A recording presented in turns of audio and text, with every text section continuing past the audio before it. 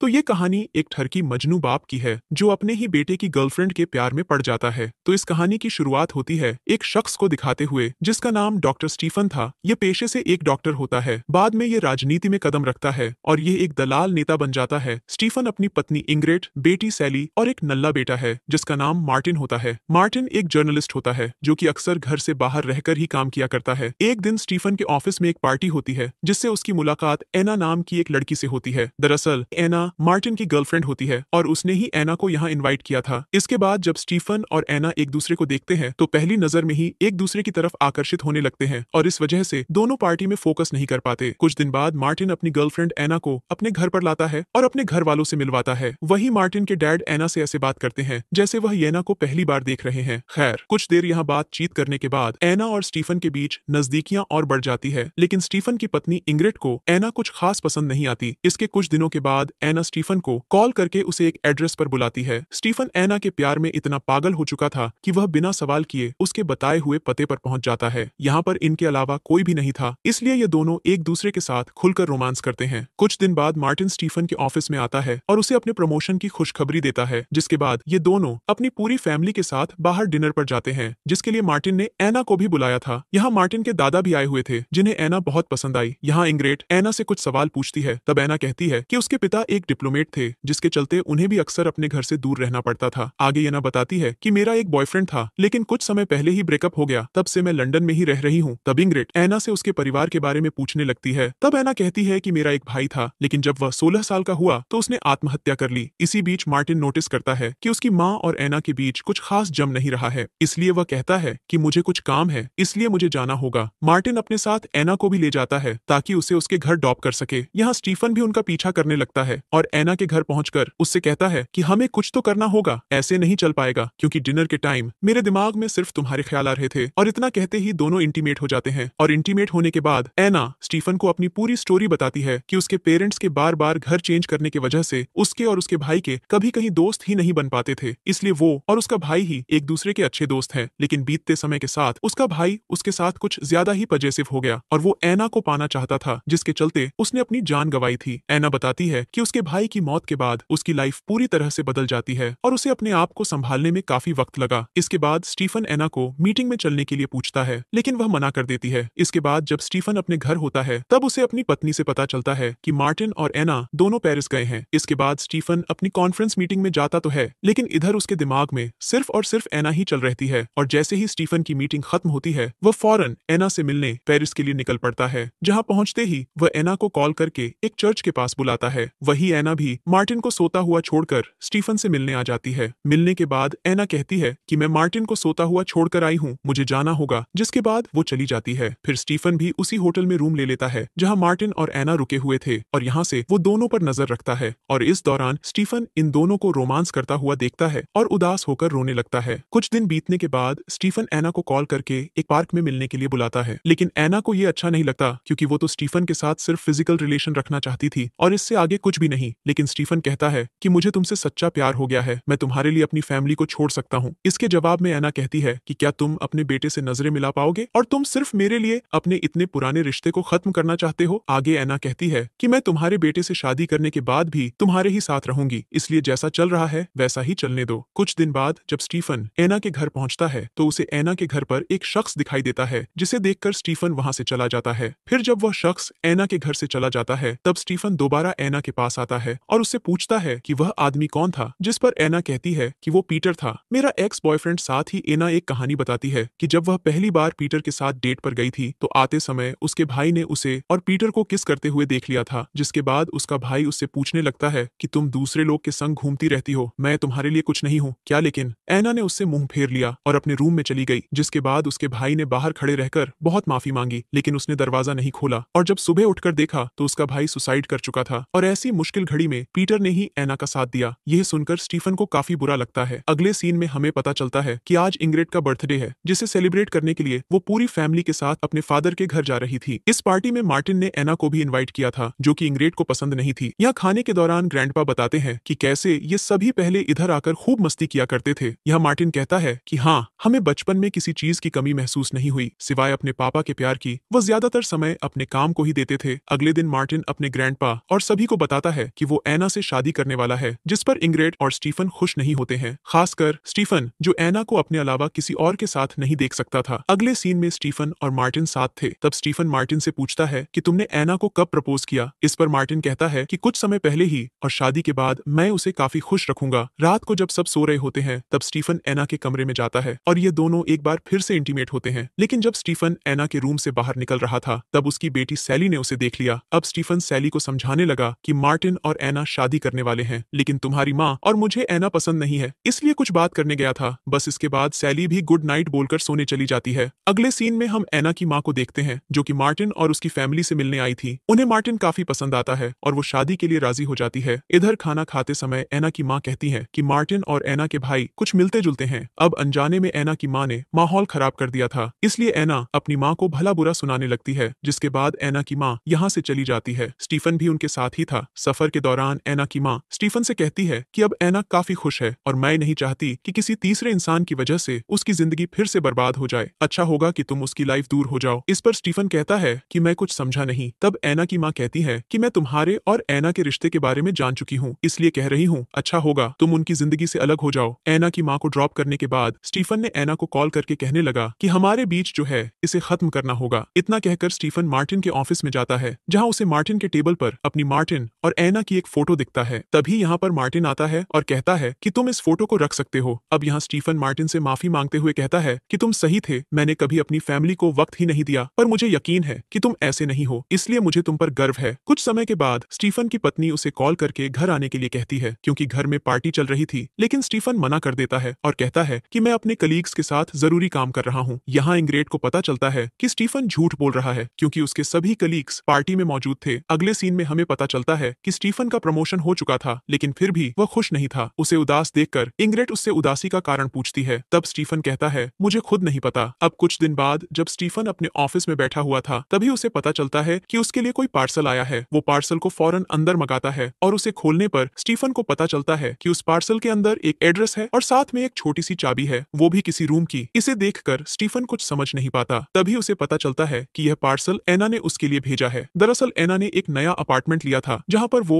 और स्टीफन दोनों एक हो सके। फिर स्टीफन एना के बताए हुए एड्रेस पर पहुंचता है जहाँ वो और एना इंटीमेट होने लगते हैं, लेकिन वह दरवाजे की चाबी बाहर ही लगी छोड़ देते हैं। तभी हम मार्टिन को देखते हैं जो कि एना को ढूंढते हुए यहाँ तक आ पहुंचा था। वो एना के रूम तक जाता है और चाबी बाहर लगी देखकर दरवाजे को खोल देता है, जिसके बाद एना और स्टीफन को एक साथ देखकर उसके होश उड़ जाते हैं और वह इस सदमे की वजह से सीढ़ियों से सीधा नीचे गिर जाता है और उसकी मौत हो जाती है। जिसके बाद स्टीफन उसी हालत में मार्टिन को गले लगाता है। क्योंकि स्टीफन एक मिनिस्टर था, इसलिए उसकी यह बात कुछ ही समय में पूरे शहर में आग की तरह फैल जाती है और इसी के चलते स्टीफन की काफी बेइज्जती होती है। वही मार्टिन के मरने के बाद एना भी किसी से कुछ कहे बिना वहां से चली जाती है। इसके बाद जब स्टीफन अपने घर जाता है तो उसे इंग्रिड के शरीर पर चोट दिखती है। स्टीफन को देखकर इंग्रिड कहती है कि अगर मकान मालिक मार्टिन को कॉल नहीं करता तो शायद तुम सबको पागल बनाते रहते। साथ ही इंग्रिड कहती है कि मेरे बेटे की जगह तुम्हें मरना चाहिए था। जिस दिन तुमने एना के साथ फिजिकल रिलेशन बनाया, स्टीफन इंग्रिड को इतना परेशान देखकर उसे नींद की गोली खिलाकर सुला देता है। अगली सुबह स्टीफन अपने पद से भी इस्तीफा दे देता है और आखिरी बार एना से मिलने जाता है। लेकिन एना के होते हुए भी उसकी माँ स्टीफन से झूठ बोल देती है कि वह यहाँ नहीं है। हालांकि स्टीफन को पता था कि एना यहीं पर है, इसलिए वह उससे बात करने उसके रूम में जाता है, लेकिन एना उससे बात करने से मना कर देती है। फिर स्टीफन यहाँ से चला जाता है और फिर कहानी कुछ समय बाद की दिखाई जाती है, जहाँ स्टीफन एक नॉर्मल लाइफ बिताता है और काफी अकेला होता है। स्टीफन ने मार्टिन की दी हुई फोटो बड़ी करवाकर दीवार पर लगाई थी और अब वह अपना ज्यादातर समय इस फोटो को देखकर ही बिताता था। स्टीफन ने आखिरी बार एना को एयरपोर्ट पर देखा था, उसके हाथ में एक बेबी था, यानी एना यह सब भूल चुकी थी। इस बात पर स्टीफन कहता है कि मुझे लगता था एना बाकी लड़कियों की तरह नहीं है, लेकिन अफसोस कि वो भी वैसे ही निकली। और इसी के साथ ये मूवी यहीं पर खत्म हो जाती है।